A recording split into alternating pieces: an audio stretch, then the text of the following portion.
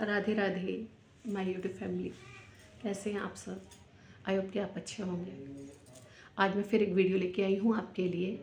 I hope कि आपको पसंद आएगी। और आज की वीडियो जो है वो बहुत ही संवेदनशील है, जो हम सभी महिलाओं के लिए बहुत ज़रूरी है और सभी बहनों को, बेटियों को जानना ज़रूरी है कि शादी हम करते हैं और शादी के बाद में लड़कियों की क्या कंडीशंस होती हैं। अभी हाल ही में एक वेब सीरीज़ आई है चिरैया, उसको मेरी रिक्वेस्ट है आप सभी ऑल लेडीज़ से कि सभी देखें उसको। बेटियां भी देखें, बहनें भी देखें, मेरी सभी सिस्टर्स सभी बहनें देखें उस वेब सीरीज़ को। तो वैसे तो वो कुछ नई नहीं है, क्योंकि ये सदियों से होता चला आ रहा है हमारी दादी नानियों के साथ भी, बहुत पहले से। क्योंकि औरत की कंसर्न का कोई वैल्यू कभी रही ही नहीं है। जो उस मूवी में भी दिखाया है, पूजा नाम की लड़की है, उसके संग फिज़िकल रिलेशन, उसकी असहमति से, वो भी इस तरह से जो एक दरिंदा भी ना कर सके, इस तरह से वो दिखाया है उसमें कि इतनी दरिंदगी है उस मूवी में। अगर आप देखोगे तो आपकी रूह कांप जाएगी। जो हमारी पता नहीं कितनी लाखों हज़ारों कितनी पूजा हैं जिनके बारे में हम नहीं जानते। ये सिर्फ एक स्टोरी है जिसके ज़रिए ये उजागर हो रही हैं कि कितनी कहानियाँ निकल के, स्टोरियाँ निकल के आ रही हैं, रियल स्टोरीज़। बाकी ये सहा तो बहुत टाइम से लेडीज़ सह रही हैं, सहा तो बहुत टाइम से है लेडीज़ों ने। लेकिन जब मैंने इस वेब सीरीज़ का प्रोमो देखा, मुझे इतना हार्डली इतना फ़ील हुई ये चीज़ कि ये बहुत गलत है। हम शादी करते हैं अपनी बेटियों की, तो शादी करते हैं उसका ये मतलब नहीं है कि उसकी मर्ज़ी की कोई वैल्यू ना हो, या हमने बेच दिया है अपनी बेटी को या किसी को दे दिया है, उसका मतलब उसकी इच्छा की कोई वैल्यू नहीं, सहमति की कोई वैल्यू नहीं। पढ़ी लिखी बच्ची है, उसकी अपनी सहमति ज़रूरी नहीं है कि दो लोगों की शादी ज़रूर होती है। लेकिन चलो शादी हम जो आए दिन घटनाएं घटती हैं उसको तो हम रेप बोलते हैं। लेकिन जब हस्बैंड ही ज़बरदस्ती अपनी पत्नी के साथ करता है तो उसे क्या कहेंगे? वो भी तो रेप ही होता है। वो भी तो रेप ही होता है जब उसकी असहमति के साथ में हस्बैंड वाइफ में कोई फिज़िकल रिलेशन होते हैं, तो वो भी तो रेप ही कहलाता है। हाँ, मैं मानती हूँ कि इसके लिए अभी कोई लॉ नहीं बना है ऐसा, लेकिन ये ज़रूरी नहीं जो लॉ अब तक ना नहीं है वो तो आगे भी नहीं होगा, ऐसा नहीं है। आने वाले टाइम में इसके लिए लॉ ज़रूर बनेगा और जितने भी ये अपराधी हैं उनको सज़ा मिलनी बहुत ज़रूरी है, जो खुलेआम घूम रहे हैं हमारे समाज में। और लेडीज़ सह सह करके उन्होंने इस तरह से प्रताड़ित हो रही हैं, सह रही हैं। कई तो शर्म की वजह से बोल नहीं पाती, कई अपने माँ बाप की इज्जत की वजह से आगे नहीं बढ़ती हैं। कईयों के माँ बाप उनको इज्जत का वास्ता देते हैं, अपनी जान का वास्ता देते हैं। जैसे कि मूवी में दिखाया है, लड़की अपने माँ के पास जाती है, सब कुछ बताती है, तो माँ बोलती है नहीं अब तो वही तेरा घर है, वो सब तो शादी के बाद सहना ही होता है और ये सब तो होता ही है।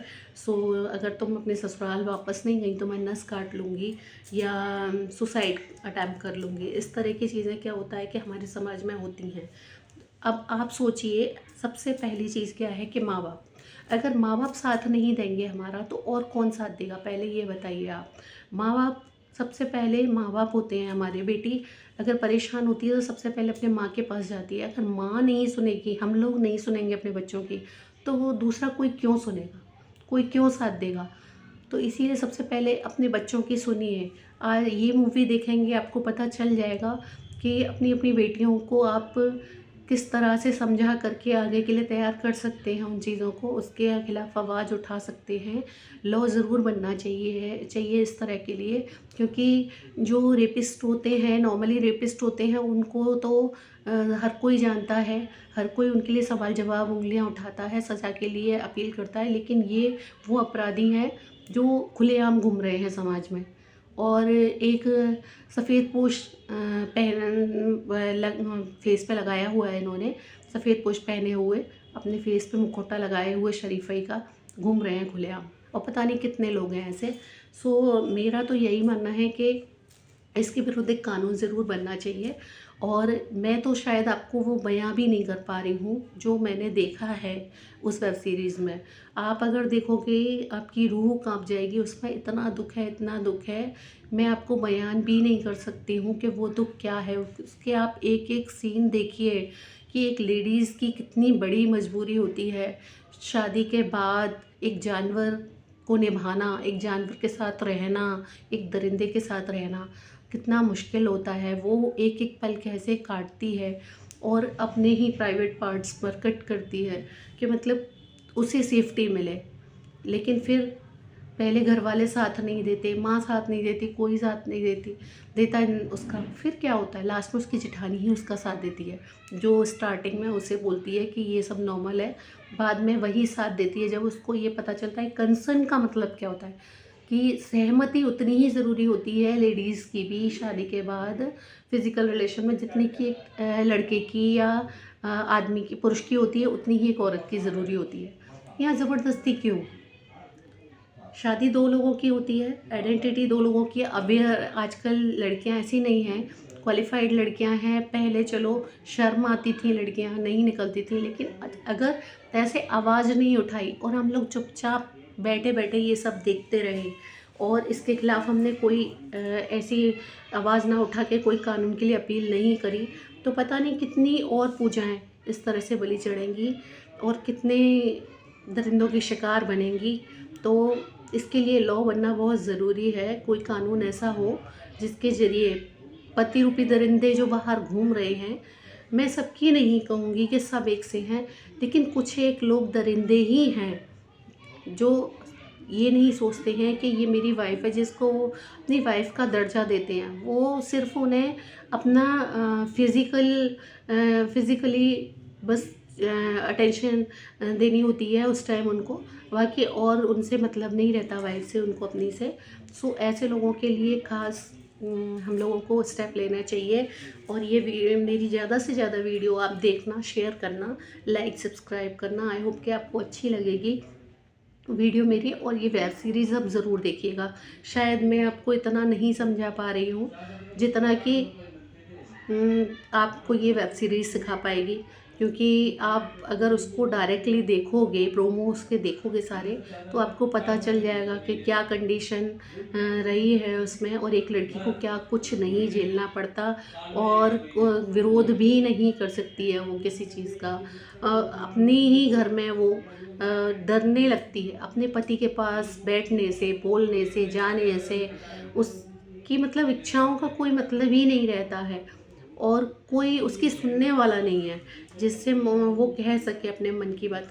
कितनी हमारे समाज की कितनी दर्दनाक सच्चाई है ये, कि हम अपनी बेटियों का साथ नहीं देते हैं, हम अपनी बहुओं का साथ नहीं देते हैं। अरे बेटे हैं आपके, उनको भेड़िए, अगर वो भेड़िए हैं तो उनको सबक सिखाइए। वो बेटे नहीं हैं आपके, भेड़िए हैं।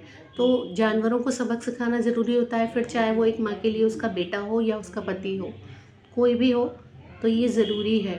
अगर आपको मेरी वीडियो अच्छी लगे तो आप मुझे बताइएगा, कमेंट करके बताइएगा। बाकी मुझे आज ये टॉपिक ऐसा लगा कि मैं बहुत कुछ बोल सकती हूँ इस टॉपिक पर। सबसे ज़्यादा तो मैं जितने दिन से इस चीज़ को फ़ील कर रही हूँ, देख रही हूँ, तो मुझे बहुत फ़ील हो रहा है। मतलब मुझे अपने अंदर मतलब सिहरन सी हो रही है कि जो सहरा होगा, जो सह रही होंगी लेडीज़ ये कंडीशन, उनकी क्या कंडीशन हो रही होगी, उन्होंने कैसे जीवन गुजारा होगा या गुजार रही होंगी ऐसी। तो मेरा मानना है कि जितनी लेडीज़ अगर ऐसी हैं जो शर्म के वजह से या समाज के वजह से या अपने पेरेंट्स के वजह से ये प्रताड़ना सह रही हैं या अन्याय सह रही हैं, तो वो आवाज़ उठाएं। अगर वो आवाज़ उठाएंगी तभी उनके साथ लोग चलेंगे। शुरुआत खुद से करनी पड़ती है। अगर आप अपने लिए स्टैंड नहीं ले सकते हो, अपने लिए खड़े नहीं हो सकते हो, तो आपका साथ कोई नहीं दे सकता। शुरुआत आप ही को करनी होगी। तो मेरी ये रिक्वेस्ट है, स्पेशली सारे जो भी मेरी बहनें हैं जो परेशान हैं, जिनके साथ ये चीज़ें हो रही हैं।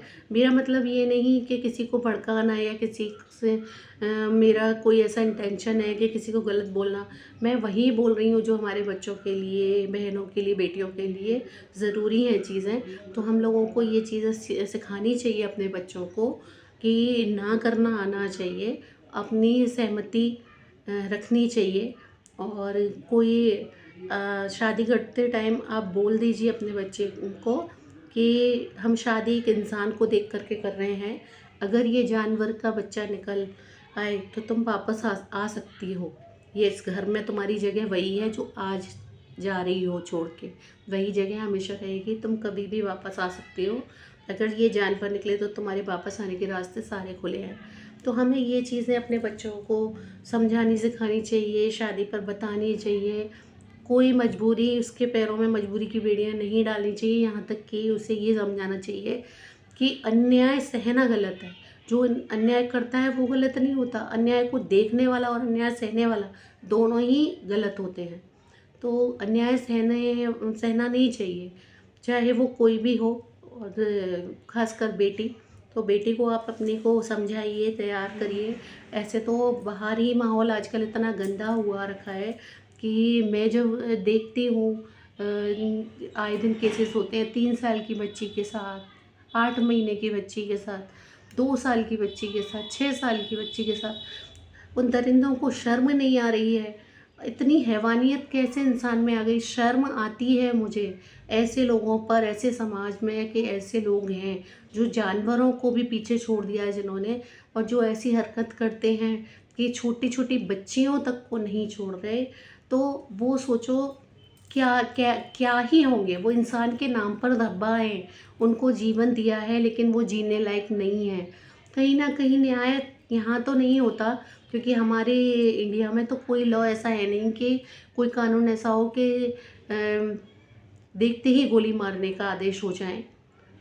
तो सीज़ फायर जैसा कुछ नहीं है, तो यहाँ तो कुछ नहीं हो सकता। लेकिन हाँ, ऊपर की अदालत है, वहाँ कोई देखता नहीं देखता, लेकिन वो वहाँ न्याय ज़रूर मिलता है। लेकिन तब तक क्या होता है, जाने वालों के बच्चे चले जाते हैं, छोटी बच्चियाँ चली जाती हैं, माँओं की गोद सूनी हो जाती है। आई थिंक ये सुनने में शर्म आती है। मतलब हम देखते हैं रील्स को, रील्स में, पेपर में, न्यूज़पेपर में पढ़ते हैं, हम हमारी आंखें झुक जाती हैं। हम मतलब सोचते हैं कि माँ हम कैसे समाज में रह रहे हैं, कैस मतलब कि हम इंसान कहलाने के काबिल हैं भी या नहीं।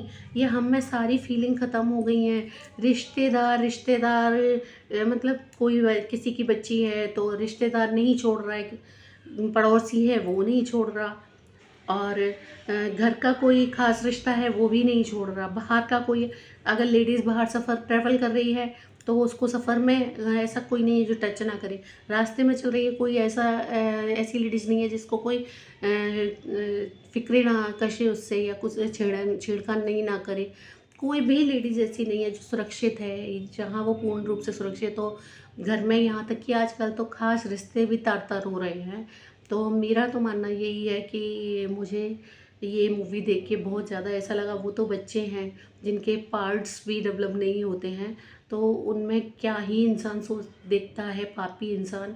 उसको ये पता नहीं है कि इनके ऑर्गन्स डेवलप नहीं हुए हैं। अब भेड़िया हो गया है वो, कि बच्चे की ना उम्र देख रहा है ना कुछ देख रहा है, कि जंगल राज जैसा किया हुआ है कि बस जहाँ दिखा शिकार शुरू, जहाँ दिखा शिकार शुरू। अरे तुम लोगों ने जानवरों को भी पीछे छोड़ दिया है। शर्म आती है मुझे ऐसी दुनिया, ऐसी समाज और ऐसे लोगों पर जो समाज में छुपे बैठे हुए हैं गंदे लोग। मुझे बोलने में भी शर्म आ रही है उनके लिए, जो छोटी छोटी बच्चियों को नहीं छोड़ते हैं। ठाकुर जी तो मैं ऐसी सज़ा देगा कि आप ना जीने में रहोगे ना मरने में। एक दिन न्याय ज़रूर होता है और हमेशा होता है, भले देर से सही। सो आज का जो मेरा टॉपिक था बस यही था कि लेडीज़ों के लिए था, कि मुझे जितना गुस्सा आ रहा था वो मैंने सब समेट के रखा हुआ था। मैंने सोचा क्या बनाऊं वीडियो, तो आज मुझे कल से लग रहा था कि मैं इस टॉपिक पर वीडियो बनाऊं, लेकिन मैं बना नहीं पा रही थी। अभी भी मैंने 2-3 वीडियो बनाई, उसके बाद में अब ये वीडियो बनी है, क्योंकि बीच में 2-3 बार कोई आ गया तो वीडियो नहीं बनी मेरी। सो मैं ये वीडियो बना रही हूँ, बट प्लीज़ आप इसको लाइटली मत लीजिएगा, ये बहुत सेंसिटिव मैटर है। और प्लीज़ आप वेब सीरीज़ ज़रूर देखिएगा चिरैया, और उसके बाद में आप मेरी वीडियो में लाइक कमेंट करके बताइएगा कि आपको मेरी वीडियो कैसी लगी। और मेरी उन सभी बहनों से रिक्वेस्ट है जो इस जुल्म को सह रही हैं, बर्दाश्त कर रही हैं और मजबूरी में इस टाइम ये सब सह रही हैं। सो प्लीज़ आप लोग स्टेप लीजिए, आवाज़ उठाइए। बहुत सारे कानून हैं, जब तक आप नहीं निकलोगे तब तक कोई आपका साथ नहीं देगा, कोई कानून आपका साथ नहीं होगा। आप आवाज़ उठाइए तो कारवां बनेगा। चलना आपको अकेले अकेले ही पड़ेगा, पीछे कारवां बनता जाएगा। आप आवाज़ उठाइए, शुरू आप करिए अपने आप से, लोग आपके साथ चलने लगेंगे। बहुत लोग हैं ऐसे जो आपका साथ दे सकते हैं, लेकिन कदम तो पहले आप ही को उठाना पड़ेगा। जब तक आप कोई स्टेप नहीं लोगे, कोई आपका साथ नहीं दे सकता। आपको अपने लिए खुद खड़ा होना पड़ेगा, आपको अपनी लड़ाई खुद लड़नी पड़ेगी, तभी कोई आपके लिए लड़ सकता है। अदरवाइज़ कोई आपके लिए नहीं लड़ सकता, ना आपके माँ बाप, ना कोई और, ना कोई रिश्ता, ना दोस्त, ना समाज, ना कोई संस्था। सब तभी लड़ेंगे जब पहले आप खुद के लिए स्टेप लोगे, खुद के लिए खड़े होगे, स्ट्रॉन्ग बनोगे, बाहर निकलोगे, शर्म नहीं करोगे, अपने गलत के खिलाफ आवाज़ उठाओगे, अपने लिए खड़े होगे। और उसके बाद आप देखिए कि औरत इतनी कमज़ोर नहीं है जितना वो परिवार में जाके खुद को बना लेती है, सिर्फ मजबूरी में कि परिवार। लेकिन जब इतना हद से ज़्यादा गलत हो तो क्या परिवार? अपनी सेल्फ रेस्पेक्ट, अपनी रेस्पेक्ट या अपनी वैल्यू से ज़्यादा तो कोई चीज़ें नहीं होती। फैमिली भी तब आती है जब अपनी सेल्फ रेस्पेक्ट और अपनी रेस्पेक्ट से अपनी वैल्यूज से सारी चीज़ें नीचे हों। तो इसीलिए मेरा तो बस यही है कि लेडीज़ कमज़ोर ज़रूर होती है, लेकिन मजबूर नहीं होती है। कोमल है, कमज़ोर नहीं, शक्ति का नाम ही नारी है। सबको जीवन देने वाली, मौत भी तुझसे हारी है। कोमल है, कमज़ोर नहीं, तो शक्ति का नाम ही नारी है। सबको जीवन देने वाली, मौत भी तुझसे हारी है। कोमल है, कमज़ोर नहीं वो। राधे राधे, नमस्ते।